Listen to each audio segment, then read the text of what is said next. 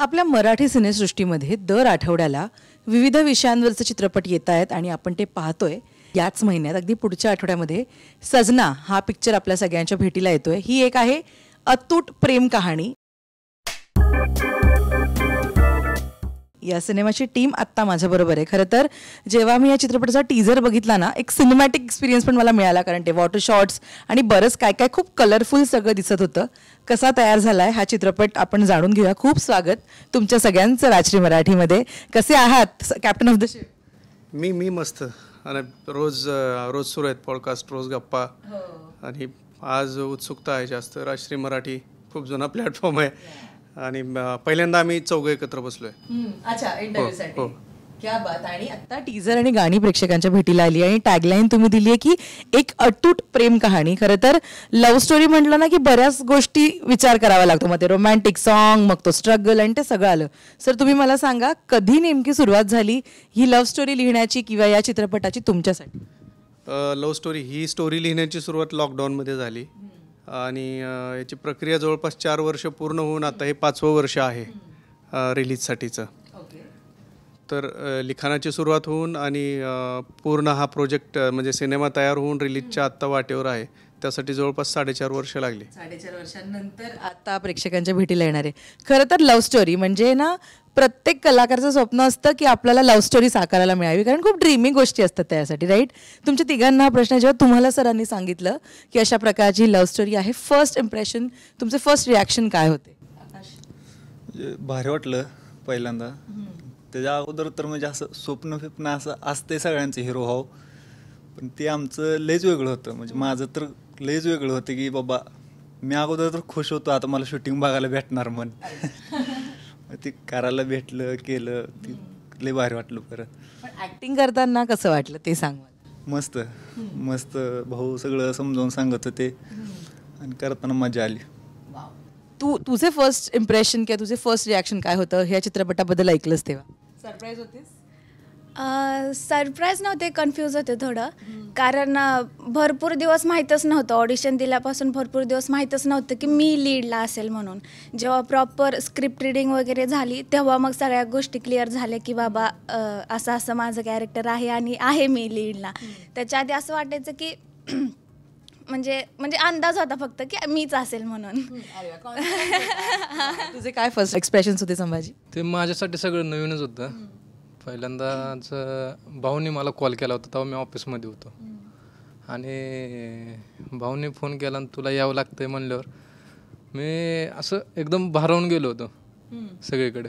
आणि पहिल्यांदा जाऊन जिथं ऑफिसमध्ये काम करत होतो ना, त्या सरांशी बोलणं झालं. ते म्हणले सर ये जाऊन तू पण. आणि तिथून गेलो मी ह्याला स्टुडिओला, भाऊंच्या स्टुडिओला गेल्यावर मग तिथं ऑडिशन वगैरे सगळं हे झालं आणि मग सिलेक्शन झाल्यानंतर काही दिवसांनी मला कळलं की तू असं एक कॅरेक्टर आहे तुझं.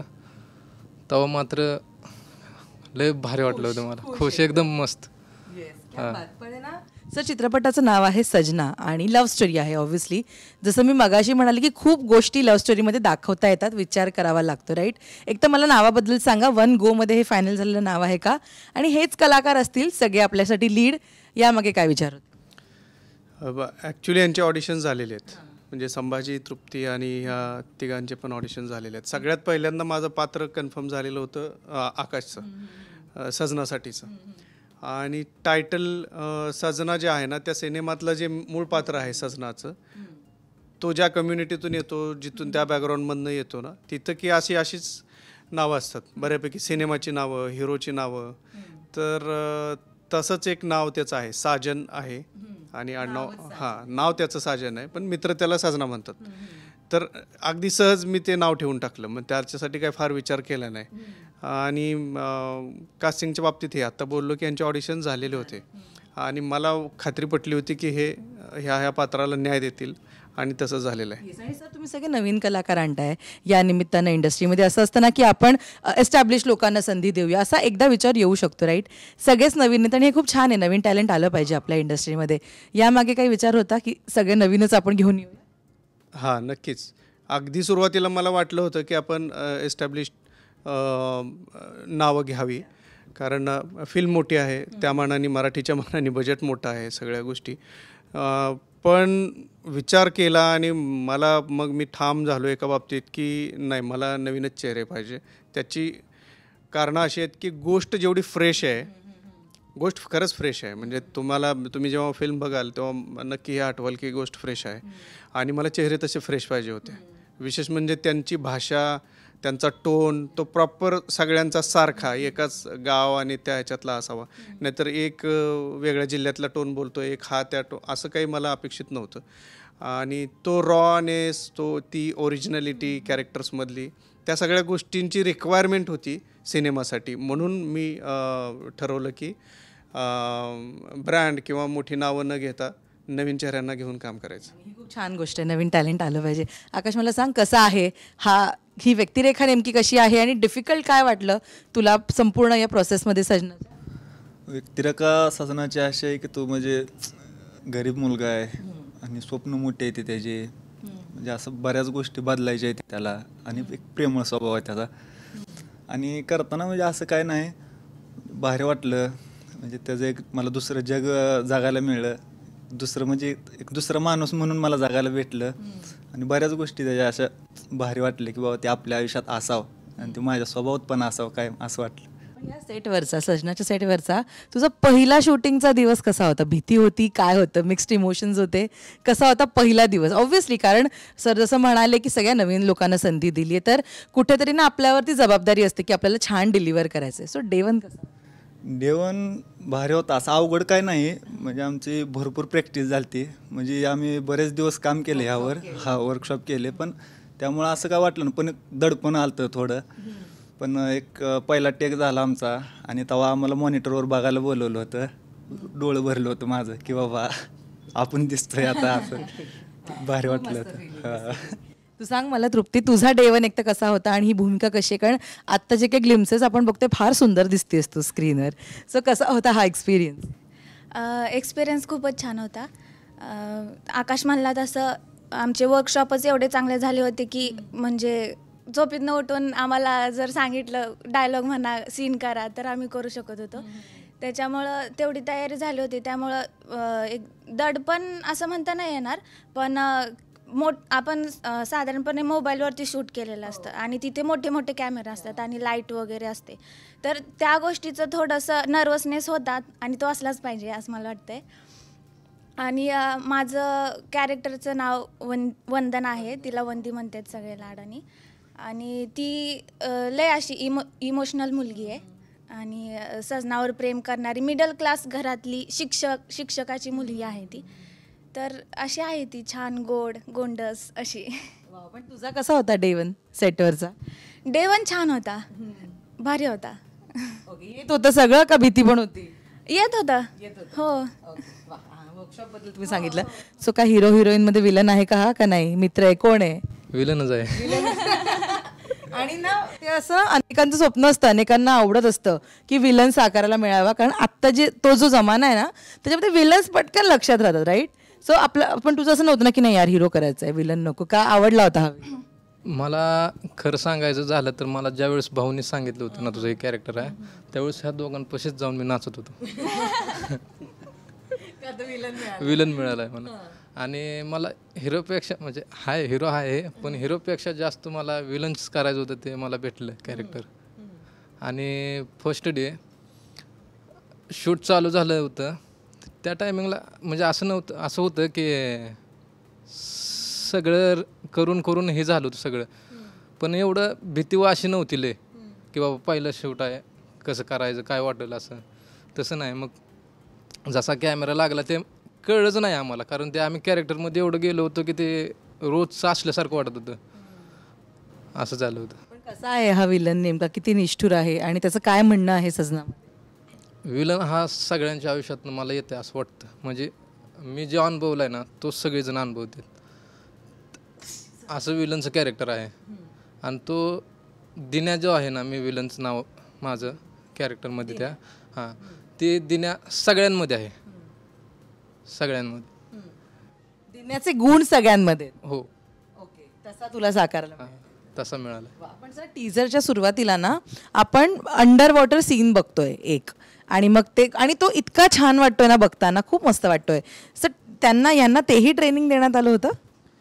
होय, जवळपास 4-6 महिने आम्ही रोज पोहायचो. माझ्या स्टुडिओच्या मागेच एक विहीर आहे, त्या विहिरीत आम्ही प्रॅक्टिस करायचो. आणि त्याच्यामध्ये ही दोघं पण माझ्यासोबत रोज पोहायचे. जवळपास सकाळी दररोज मला वाटते पाऊण तास ते 1 तास आम्ही पोहायचो, कधी दुपारी पोहायचो. आणि मला जे अपेक्षित होतं पाण्याच्या आत गेल्यावर कसं पोहायचं आहे, कसं गोल फिरायचं आहे वगैरे या सगळ्या गोष्टी, तर त्याची तयारी करायला आम्हाला 4-6 महिने अगोदर लागलेले होते. आणि ते सगळं विहिरीत शूट केलेलं आहे. विहिरीत शूट केले. पण ते टेक्निकल दृष्ट्या कसं होतं? तुमचा एक्सपिरियन्स काय होता ते करता? टेक्निकल ॲक्च्युली असं झालेलं आहे, त्या दिवशी आमच्याकडे तो जो काही अंडर वॉटर शूट करायला जो काही सेटअप पाहिजे तो नव्हता. कारण आम्हाला ते शूट करायचं होतं एका मोठ्या स्विमिंग पूलमध्ये सोलापुरात. आणि ते काही सगळं जुळून आलं नाही, पाणी आणि तिथल्या परमिशन्स आणि सगळ्या गोष्टी. मग मला ते करायचंच होतं कसली परिस्थितीत मला. आणि मग शेवटी मी माझ्या DOP मित्राला रणजित मानेला विचारलं की आपण हे विहिरीत करूया, ट्राय करूया का? मग तोही हो म्हणाला, करू आपण. मग ते ठरलं आम्ही विहिरीत. ते मग सेटअप काहीच नव्हता ते कॅमेराचा आणि सगळ्या गोष्टींचा. मग कॉस्ट्यूम वगैरे सगळं रेडी होतं. आमच्या जवळच एक विहीर होती, ती खूप क्लीन पाणी आहे त्याचं. आणि ठरलं मग चला आपण बघू, प्रयत्न तरी करूया म्हणून. आम्ही एकदा बघितलं की शूट होतं आहे का, तसं ते ट्रान्सपरन्सी मिळते का, मिळाली. मग त्यानंतर मग आम्ही ठरवलं की चला करू. आणि DOPला म्हणजे पोहण्याच्या बाबतीत तो तेवढा एक्सपर्ट नाही, त्यामुळे मग मी ठरवलं की मी करतो शूट. हां, आणि मग मी ते केलं. म्हणजे पाण्याच्या आत जवळपास 4-5 फूट हे पोहायचे, त्याच्या खाली एक 3-4 फूट मी, म्हणजे जवळपास 9-10 फुटावरती मी खाली असायचो पाण्याच्या. आणि आधी जाऊन थांबायचो आत, आणि मग हे यायचे, मग यांना फॉलो करायचं, एक हातात कॅमेरा आणि एक हाताने पोहायचं. आणि असे किती टेक झाले? मला आठवत नाही, जवळपास आम्ही 4.5-5 तास असं करत होतो. नाही, पण ॲक्च्युली असे ना हे बघायला खूप छान वाटतात, पण बॅक कॅमेरा खूप चॅलेंज घेऊन येतात अशा प्रकारचे सीन. तुम्ही दोघांनी स्विमिंगची आधी येत होतं स्विमिंग, आणि आता प्रॅक्टिस केली, आणि अशामध्ये ते कॉस्ट्यूम, हेअर, मेकअप सगळं छान छान, आणि त्याच्यात तो सीन करायचा आहे. मेंटल प्रिपरेशन तर 100% इकडे गरजेचं असणार, राईट? रिस्की पण होतं, कारण ते कॉस्ट्यूम जे आहे ना, तो फार हेवी कॉस्ट्यूम आहे. आणि मला भीती होती की तिचा पाय अडकला वगैरे आतल्या आत पाण्यातल्या पाण्यात तर कसं. आणि कॅमेऱ्यात बाकीचे लोक येऊ नये म्हणून जवळ पण कुणाला थांबू दिलेलं नव्हतं, मी एकटाच आत होतो त्यांच्या. तर तो पण तसं मला वाटतं की एकदा प्रॅक्टिस करताना बहुतेक कसं झालं होतं, तिचा पाय अडकला होता आणि ते बॅलन्स गेला, येत नव्हतं मला. मी आत होतो म्हणून बरं झालं, पटकन मी तिला पकडून वर काढलं. आता असं पण काही गोष्टी झालेल्या आहेत. आकाश, तुझा एक्सपिरियन्स कसा होता तो सीन शूट करताना? घाबरला होतास का की नाही प्रो आहेस? घाबरायचं काय नाही, पोहायला चांगलं येत होतं, परत ट्रेनिंग पण झालं आमचं चांगलं.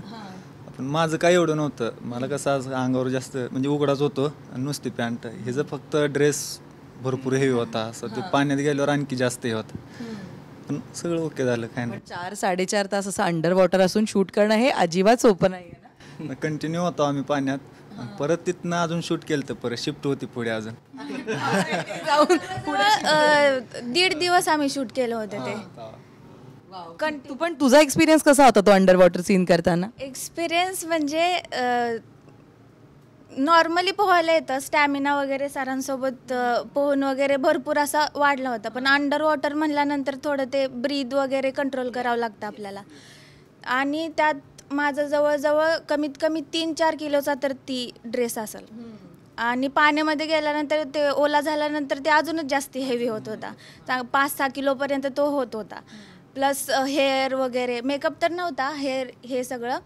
आणि तो असा म्हणजे फ्लेअरी होता, पण त्याच्या असं स्ट्रिप होत्या मोकळ्या अशा. आणि त्या काय व्हायच्या, पाण्यात गेला आणि आपण पाय हलवला ना मी, की त्या अशा गोल गोल होऊन माझ्या पायाला अडकायच्या. आणि ते पायाला अडकल्यामुळे मला जास्ती फोर्स द्यावा लागायचा, आणि त्यात अंडर वॉटर, त्याच्यामुळं ते दम भरल्यासारखं व्हायचं मला एकदम. आणि जवळजवळ आम्ही एका विहिरीच्या एका टोकापासून कोच मारून आतमध्ये जायचो, आणि तेवढा जो विहिरीचा मधला एरिया तेवढा अंडर वॉटर पोहत दुसऱ्या टोकाला निघायचो. तर ते असं सगळं होतं. आणि शूटच्या मध्ये मला आठवते, मी आकाशला म्हणले पण होते की माझे हात पण असं दमले होते मी अक्षरशः. स्विम करून करून आपण नॉर्मली पोहताना आपण एवढं सगळं दमतो आणि अंडर वॉटर म्हणल्यानंतर जास्तच दमल्यासारखं झालं होतं. म्हणजे हात असे एनर्जीच नव्हती, काहीच एनर्जी नव्हती. माझ्या डोळ्यातून असं पाणी येत होतं. म्हणलं आकाश मला होत नाही आहे असं तसं. ते मला नाही होते. मग आम्ही एक छोटासा ब्रेक घेतला, थांबलो थोडं, पिलो गरम काहीतरी पिलो आणि नंतर आतमध्ये गेलो. आणि ते आम्ही जे उलटं पोहतोय वरती येऊन उलटं पोहतोय तो ब्रेक नंतर झाला होता. आणि सरांचा आवाज आला की एनर्जी आहे का अजून किती. आम्ही मोठ्याने ओरडतोय, हो आम्ही अजून करू शकतो. तर असं लय भारी, म्हणजे छान वाटलं. आणि तो दिसायला खरंच छान दिसतोय सीन. संभाजी, तुम्ही सांगा मला, सगळ्यात चॅलेंजिंग सीन या चित्रपटातला तुम्हाला कुठला वाटला, संपूर्ण सजनाच्या प्रोसेसमधला? सगळ्यात चॅलेंजिंग सीन मला असं म्हणजे सांगायला गेलं तर कुठला सीन नको सांगू, पण काय त्याचा एक्सपिरियन्स? लास्टचा सीन होता बऱ्यापैकी. म्हणजे ज्यावेळेस ते मला मारतेत, म्हणजे हिरोचे मित्र वगैरे, त्या टायमिंगचा त्याच वेळेस जरा जास्त वेळेस मार बसला होता मला. वन उमटले होते माझ्या अंगावर सगळे. हिरोच्या मित्रांनी मार? हो. अरे बापरे सर, काय खरा मार ठरवून होतं का ते चुकून झालेलं, काय होतं? ठरवून नाही, ॲक्च्युली ते त्या फ्लोमध्ये झालं होतं. आणि त्यानं पण सांगितलं नाही लागलं म्हणून. तो स्वतःच एवढा म्हणजे तो नेगेटिव्ह कॅरेक्टर म्हणून आत्ता आपण बोलतोय ना, पण मी आत्ता तुम्हाला सांगतो की शेवटी प्रचंड सगळे त्या कॅरेक्टरच्या प्रेमात पडतात. म्हणजे त्यातल्या त्यात जे वन साईड आशिक असतात ना, त्यांचा तो हिरो होऊन जाईल असं आहे. वन साईड आशिक. चांगली कॉम्प्लिमेंट आहे ना ही संभाजी. हो. मला असं वाटतं, मला खरं सांगायचं ही गोष्ट की हा विलन म्हणला ना, म्हणजे माझ्या दृष्टिकोनात मी जेव्हा प्रेक्षक म्हणून बघते ना, तेव्हा मला असं वाटतं की ह्या पिक्चरमध्ये कोणच विलन नाही. म्हणजे वन साईड आशिक म्हणा, हे खूप बघायला भेटतात आपल्याला. ते विलन नसतात असं मला वाटतं. तर ह्या पिक्चरमध्ये तसं तर कोणच विलन नाही. ओके, पण जेव्हा तुम्ही शूट, म्हणजे हा माझ्या मनातला प्रश्न आहे खरं तर, जेव्हा तुम्ही शूट करत होतात आणि लव्ह स्टोरी म्हटल्यावर आपल्याला पहिलं प्रेम आठवतं ना आपलं, तुम्हाला आठवलं होतं का तुमचं पहिलं प्रेम शूटिंग दरम्यान? आठवलं होतं? आता खरं बोल. बघेल. म्हणजे तसं आठवलं होतं, पण सांगितलं का कोणाला? नाही, सांगितलेलं आहे सगळ्यांनाच, माहिती आहे सगळ्यांना. ओके, तुला आठवलं होतं पहिलं प्रेम? तसं काहीच नाही. हे तू खरं बोलतेस ना का कॅमेऱ्यासाठी बोल? नाही खरं. ओके, नाही झालं. आता तू सेम उत्तर देऊ नकोस. सेम नाही, पण तसं काय नाही जाणवलं कधी. असं आहे. ओके, पहिलं प्रेम नाही आठवलं तुला? नाही. Okay, captain of the ship. Sir, तुम्ही उत्तर द्या, मे बी खरं मग हे बोलतील असं वाटतं. सरांना तर आठवलं असेल. सजना स्टोरीज ती आहे. प्रेम म्हणजे खूप पर्सनल आहे. सजना खूप पर्सनल आहे. येस, आणि ऍक्च्युली ती गोष्टच खूप पर्सनल आहे. तिथनंच इन्स्पिरेशन आणि सगळ्या घटना आहेत, त्यातल्या सोशल असतील, इमोशनल असतील, सगळ्या गोष्टी अशा धरून त्या पर्सनल आहेत. त्यामुळं, आणि हे सगळे यांना माहीत होतं. त्या सगळ्या घटना, ते सगळे किस्से, त्याच्यातलं गांभीर्य, त्याच्यातला इनोसन्स आणि सगळ्याच गोष्टी, न्याय अन्याय वगैरे वगैरे वगैरे. त्यामुळं त्यांनी पण ते खूप तेवढंच त्यांच्या तन्मयतेनं करणं असते ना, की ते केलं सगळ्यांनी. तयार झाला चित्रपट. जाजमी म्हणाले की सजना, या चित्रपटाचं एका वाक्यात वर्णन करा, तर ते तुम्ही कसं कराल? कोणाला देऊ पहिले? एका वाक्यात वर्णन करायचं. हा चित्रपट तुमच्यासाठी काय आहे? हे चित्रपट म्हणजे एक आमच्या सगळ्यांसाठीच किंवा माझ्यासाठी तर ती आयुष्यातली लय सुंदर अशी भेट आहे मला, किंवा गिफ्ट आहे माझ्यासाठी, की भरपूर काही शिकायला मिळेल ह्याच्यामुळं. तृप्ती? एका वाक्यात सांगायचं झालं तर सजना हा पिक्चर प्रेमाचे सगळे अँगल दाखवणार आहे.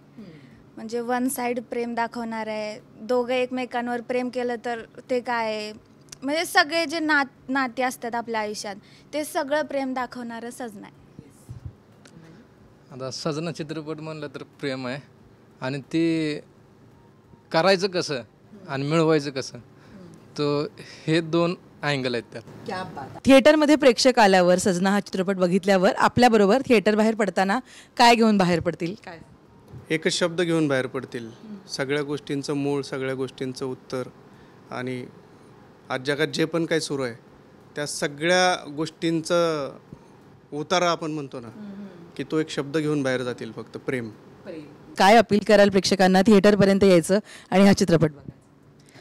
प्रेक्षकांना हेच सांगेल की थिएटरमध्येच जाऊन बघा हा पिक्चर, कारण ते तुम्हाला व्हिज्युअल ट्रीट वगैरे सगळी तिथेच चांगली बघायला भेटेल. ती मजा मोबाईलमध्ये किंवा टॅबमध्ये, लॅपटॉपमध्ये ती नाही आहे.